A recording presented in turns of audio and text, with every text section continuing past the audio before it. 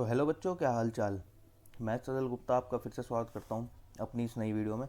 तो आज हम क्या करने वाले हैं, आज हमने जो है बच्चों की बहुत ज़्यादा रिक्वेस्ट आ रही थी कि ना सर आप ना थोड़े प्री वाई क्यूज़ करवा दो बिजनेस स्टैटिस्टिक्स के। आप थोड़े से पी वाई क्यूज़ करा दो।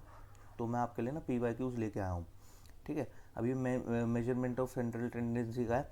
अब इसके बाद जो है अगली वीडियो मैं आपके लिए आज ही अपलोड करने की कोशिश करूँगा, आज ही अपलोड कर दूँगा अगली वीडियो इसमें। तो उसमें क्या करूँगा, मैं आपके लिए ना जो different different P Y Qs हैं वो ले आऊँगा। ठीक है, तो अब समझते हैं। देखो इसके अंदर पहला क्वेश्चन मेरे पास क्या है कि calculate the arithmetic mean of monthly incomes of the families in certain locality इन हैदराबाद। ठीक है, ये आपका नवंबर 2021 में पूछा हुआ है। तो फैमिली और इनकम आपको दी हुई है। ठीक है, अगर मैं इसमें बात करूं तो मेरे पास जो डेटा है, अगर मैं डेटा की बात करूं तो मेरे पास डेटा जो है इंडिविजुअल डेटा है। मेरे पास इंडिविजुअल डेटा है और इंडिविजुअल डेटा है तो मुझे इसमें क्या निकालना है, एक अर्थमेटिक मीन यानी ए एम निकालना है। ठीक है, तो मैं इसके लिए कौन सा मेथड यूज़ करूँगा, मैं इसके लिए डायरेक्ट मेथड यूज़ कर लूँगा।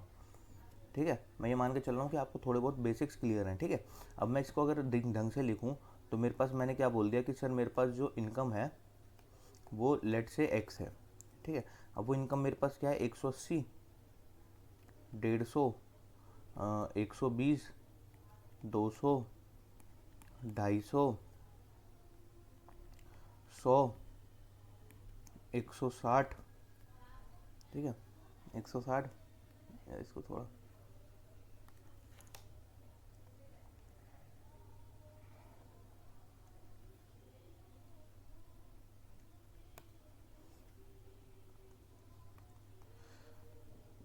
ये 160 हो गया। अब इसके बाद 240 और 1000 और 800।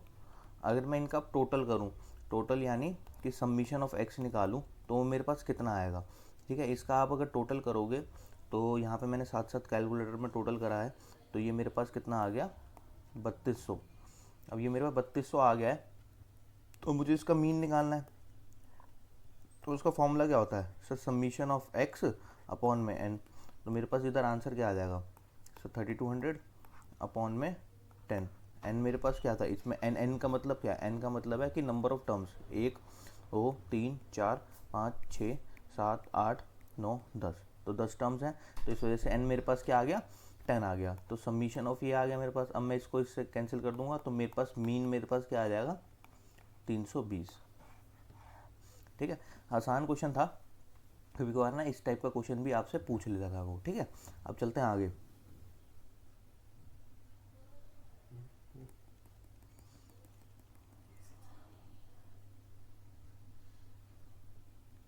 अब अब अगला क्वेश्चन है आपके पास, अगर आप देखो ध्यान से तो ये जुलाई 2021 में पूछा हुआ क्वेश्चन है। ठीक है, अब इसमें कह रहा है कि ना calculate eighth decile for the following data.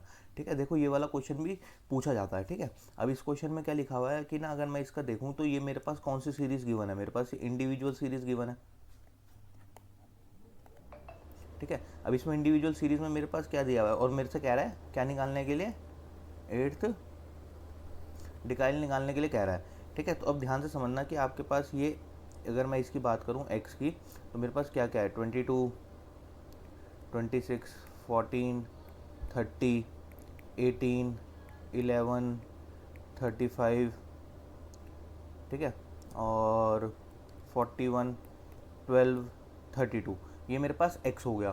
ठीक है, अगर मैं इसमें देखूं तो इसमें मेरे पास नंबर ऑफ टर्म्स कितने हो गए, 1 2 3 4 5 6 7 8 9 10। यानी मेरे पास n जो हो गया वो 10 हो गया। जैसे ही मेरे पास n 10 हो गया है तो अब उसके बाद क्या करेंगे, हम इसके अंदर डिकाइल निकालेंगे। ठीक है, अब मुझे एक बात बताना सिंपल सी, कि अगर मैं बात करूँ आपसे कि ना सर D8 की बात करूँ अगर मैं, तो D8 का मतलब क्या होगा सर, कि साइज़ ऑफ एट्थ। तो इसमें हम क्या फॉर्मूला लगाते थे कि सर n+1 डिवाइड बाई 2 एथ आइटम। ठीक है, अब इसके अंदर क्या करेंगे हम कि मेरे पास साइज ऑफ एट्थ मेरे पास क्या हो जाएगा सर, n मेरे पास क्या है, n मेरे पास 10 है तो मेरे पास ये क्या हो जाएगा, 11/2 एथ आइटम। ठीक है, अगर मैं 11 बाय सॉरी यहाँ पे ना ये 2 नहीं आएगा, यहाँ पर 10 आएगा। एक सेकेंड, ये मेरी मिस्टेक हो गई। जो ये है ना, ये फॉर्मूला ऐसे होता है, यहाँ पे n आएगा, ठीक है। अब क्योंकि ना यहाँ पे ये फॉर्मूला ये होता है ना, n होता है, तो ये नीचे ना मेरे पास 10 आएगा यहाँ पर।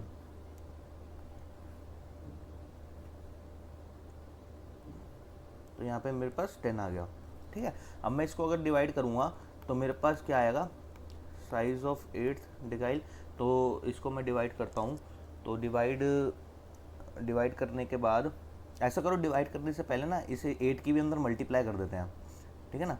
तो इस 8 की भी अंदर मल्टीप्लाई कर देते हैं। तो 8 की अगर जैसे मैंने अंदर मल्टीप्लाई करी तो मेरे पास ये क्या हो जाएगा, 88/10, ठीक है। तो अब मैं अगर इसमें देखूँ ध्यान से तो मेरे पास साइज ऑफ ये मेरे पास क्या आएगा, 8.8 हो जाएगा।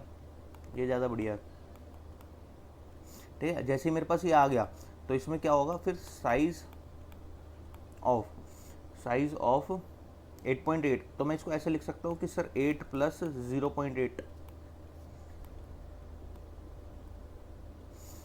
इस टाइप का क्वेश्चन जरूर पूछा जाएगा आपसे, जरूर 100% आएगा इस टाइप का क्वेश्चन डिकाइल का।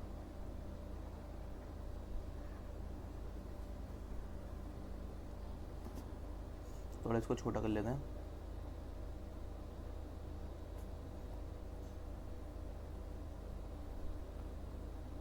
अब देखो ये आपके पास हो गया। अब इसके बाद क्या होगा, इधर देखो ध्यान से। तो मेरे पास ये साइज ऑफ ये डिकाइल मेरे पास ये आ गया। अब देखो अब इसमें मतलब क्या होगा कि सर 8th आइटम, ठीक है, प्लस 0.8। अब 0.8 देखो 8th आइटम और फॉर्मूले के अकॉर्डिंग हम कैसे चलते थे, तो उसमें क्या होता था कि सर जो बाद वाली आइटम होती थी उसमें क्या करते थे, 9th में से 8th जिस निकालनी है उससे एक बड़ी वाली टर्म लेके उसको उसमें से माइनस कर देते थे। तो इसमें क्या आएगा मेरे पास, 8th आइटम मेरे पास कौन सी है। अगर मैं 8th आइटम की बात करूं तो 8th मेरे पास कौन सी है, जरा इधर देख लेते हैं। 8th वाली कौन सी है मेरे पास, लेते हैं। तो 8th वाली देखने के लिए हमें पता है इसको क्या करना पड़ेगा, इसको एक असेंडिंग ऑर्डर में लगाना पड़ेगा। तो इसको असेंडिंग ऑर्डर में हम लगाते हैं तो मेरे पास क्या आएगा, पहले 11 आ जाएगा, फिर 12 आएगा, फिर उसके बाद 14 आएगा, फिर 18 आएगा, फिर 22 आएगा, फिर 26 आएगा, और 26 फिर 30 आ जाएगा, फिर 32 आएगा, ठीक है, फिर 35 आएगा, और फिर 41 आएगा। तो असेंडिंग ऑर्डर में लगाना ना बहुत कंपलसरी है इसमें, ये ध्यान रखना, ठीक है। पहले मैंने डेटा लिखा, फिर उसके बाद इसको असेंडिंग ऑर्डर में हाथों हाथ लगा लोगे तो ज़्यादा बेस्ट है। लेकिन क्या है कि पहले इसको सॉल्व कर लो, जो ये वाला मेरे पास था, पहले इसको सॉल्व कर लो, फिर उसके बाद इसको असेंडिंग ऑर्डर में लगा लो, तो उससे कोई फ़र्क पड़ेगा नहीं आपको, ठीक है।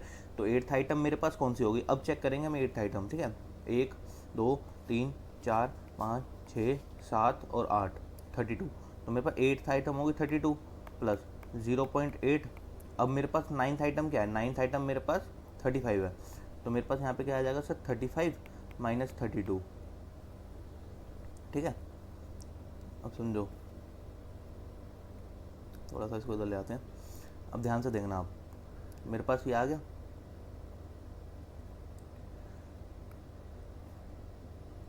तो 32 प्लस 32 प्लस अगर मैं यहाँ पे देखूँ तो 0.8 और मेरे पास ये 3 हो जाएगा। तो 32 प्लस, अब 0.8 को जैसे मैं 3 से मल्टीप्लाई करता हूँ तो मेरे पास क्या आ जाएगा, 2.4। तो मेरे पास आंसर क्या आ गया, 34.4। तो ये वाला बढ़िया क्वेश्चन था, एक बार देख लो आप इसको, ठीक है। अब चलते हैं नेक्स्ट क्वेश्चन पे।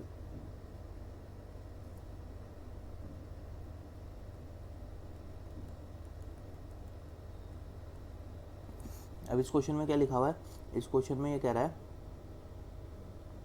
कि ना आप थोड़ा छोटा कर देते हैं। अब इस क्वेश्चन में लिखा हुआ है कि ना, comment on the data given below stating the reason, state whether the data is right or wrong, ठीक है। अच्छा देखो इसमें आपको क्या करना है, ये इस टाइप का क्वेश्चन एक जरूर आएगा आपके एग्जाम में, 100% आएगा। इसमें क्या लिखा हुआ है कि सर AM और AM की वैल्यू दी हुई है आपको, GM की वैल्यू दी हुई है और HM की वैल्यू दी हुई है। AM मतलब अर्थमेटिक मीन, GM मतलब जियोमेट्रिक मीन, और एच एम मतलब हार्मोनिक मीन, ठीक है।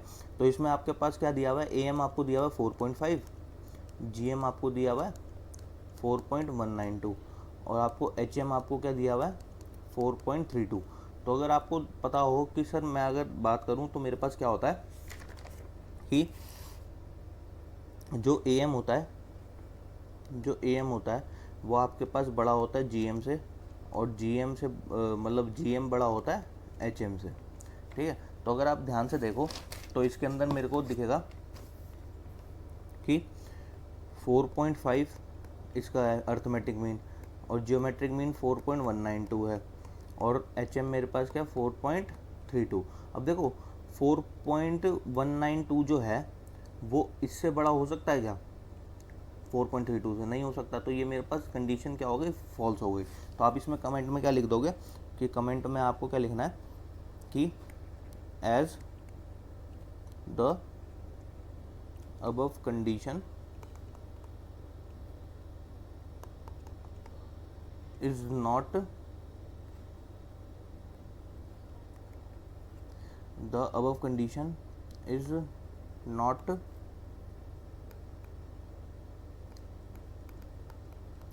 satisfied the data given is wrong। तो आप ये ऐसे लिख दोगे इसके अंदर, ठीक है। अब चलते हैं नेक्स्ट क्वेश्चन पे।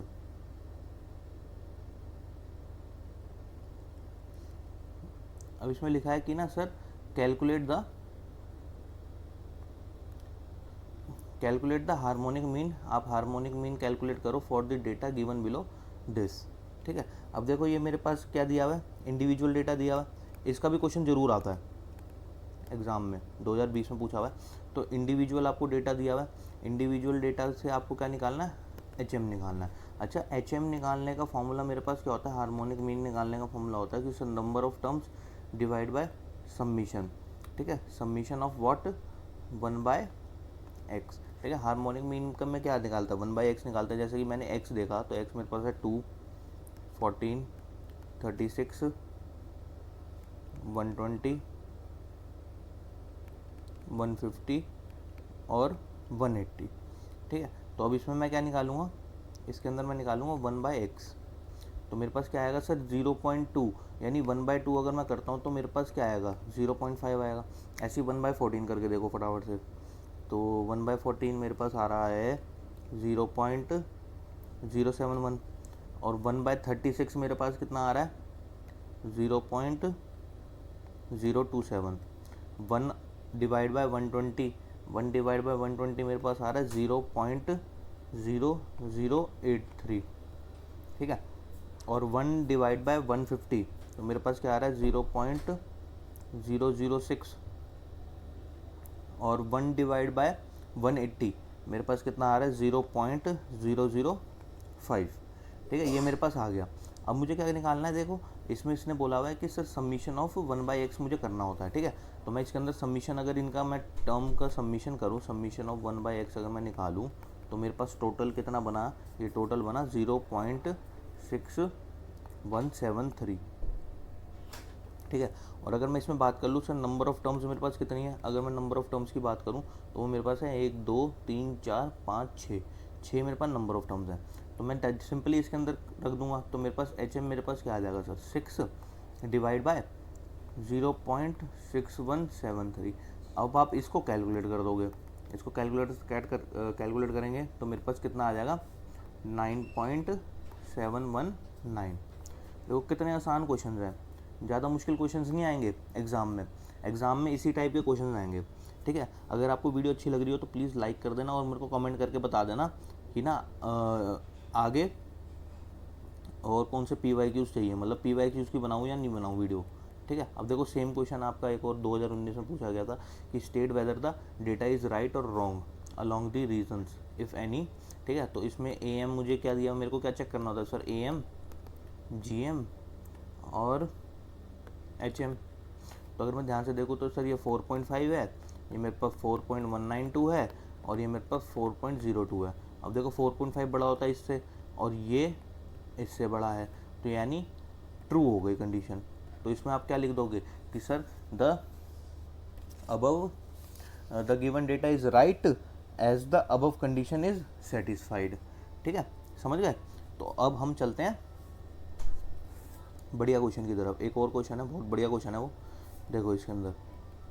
तो इसके अंदर लिखा हुआ है कि ये जून 2019 में पूछा गया क्वेश्चन है। अब इसमें लिखा है कि the mean weight of 120 students. ठीक है, आपको अगर 120 स्टूडेंट्स का निकालना है, BCom class is 60 kgs, the mean of weight of boys is 65 kgs and that of girls 45 kgs, find the number of boys and girls. ठीक है, तो अब एक बात बताओ कि अगर मैं इसमें देख लूँ कि ना, मैं लेटर सपोज करता हूँ कि मुझे ना मीन दिया हुआ है, ठीक है, और वो बॉयज़ का दिया हुआ है। ठीक है, तो बॉयज़ का मेरे को क्या दिया हुआ है 60, ये वेट दिया हुआ है मुझे बॉयज़ का।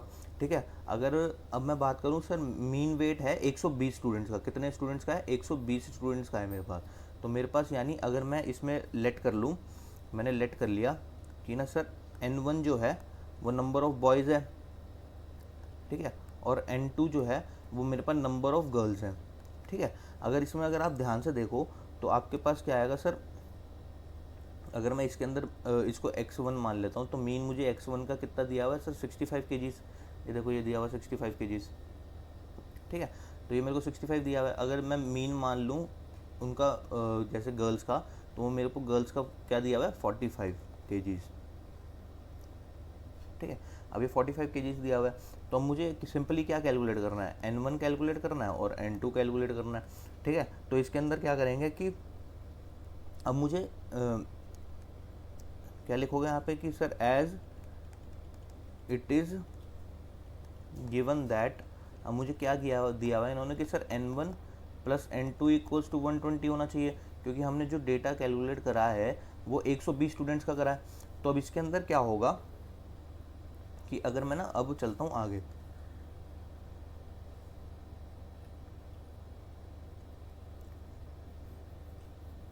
तो यहाँ पे अगर आप देखो तो अगर मुझे क्या निकालना है कि ना पूरा उसके अंदर मीन, मगर मेरे को जो मीन दिया हुआ है एक्स भी दिया हुआ है, तो वो अगर मेरे को कैलकुलेट करना है, मतलब क्योंकि क्लास का पूरी क्लास का दिया हुआ है मेरे को, तो ये मेरे पास कैसे कैलकुलेट हुआ होगा कि sir number of boys multiply करे होंगे इन्होंने किससे, मीन से उसके।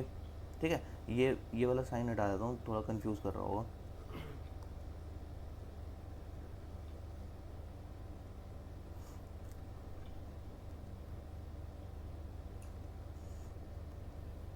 तो N1 मल्टीप्लाई हुआ होगा इससे, इसके मीन से, प्लस N2 मल्टीप्लाई हुआ होगा गर्ल्स की मीन से, और इसको डिवाइड आपने कर दिया होगा किससे, N1 प्लस N2 से। तो अगर आप ध्यान से देखो तो मेरे पास क्या आएगा सर, इधर मेरे पास 60 हो गया, क्योंकि मेरे को एवरेज जो मीन दिया हुआ था वो 60 दिया हुआ था। तो 60 इक्वल्स टू मेरे पास इधर क्या आ जाएगा सर, ये मेरे पास कितना है 65, तो मेरे पास ये आ जाएगा 65 N1 प्लस, अब N2 मेरे पास क्या है N2, तो N2 की वैल्यू मैं ना यहाँ से निकाल सकता हूँ। देखो यहाँ N2 की वैल्यू मेरे पास क्या आएगी, मैं N2 को क्या लिख सकता हूँ कि सर 120 माइनस N1, ये मैं लिख सकता हूँ। अगर मैं इसके अंदर पुट करूँ, अब इसके अंदर पुट करूँ तो मेरे पास क्या आएगा कि 120 माइनस N1, और मेरे पास X2 क्या दिया हुआ था, X2 मेरे को दिया हुआ है 45, तो ये मेरे पास 45 हो गया। अब डिवाइड करेंगे इसको, ठीक है, तो N1 प्लस N2 मेरे पास क्या था 120। अब 120 की मल्टीप्लाई मैं इधर से कर देता हूँ, तो मेरे पास 120 की मल्टीप्लाई मैंने इससे करी, तो मेरे पास कितना आएगा 7200।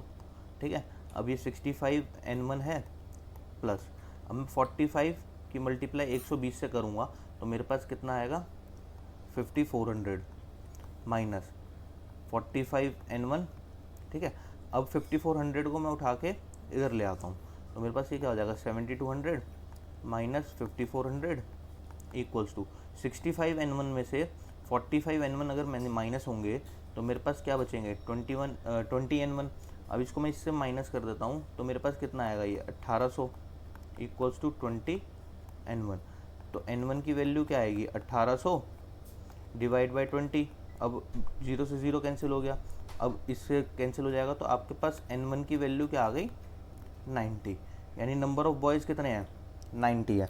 ठीक है, तो अब इसके अंदर आप n1 की वैल्यू जो है, n1 की वैल्यू जब उठाकर इस वाले में रखोगे तो आपके पास क्या आएगा n2 इक्वल्स टू 120 माइनस 90, तो मेरे पास आंसर क्या आ गया 30, यानी नंबर ऑफ़ गर्ल्स मेरे पास कितनी है 30 है। तो ये बहुत बढ़िया क्वेश्चन था, तो इस क्वेश्चन को ध्यान से करना, ये क्वेश्चन आने के चांसेस पूरे पूरे हैं। ठीक है, क्वेश्चन कई बार रिपीट भी हो जाते हैं। ठीक है, तो चलें आगे फिर।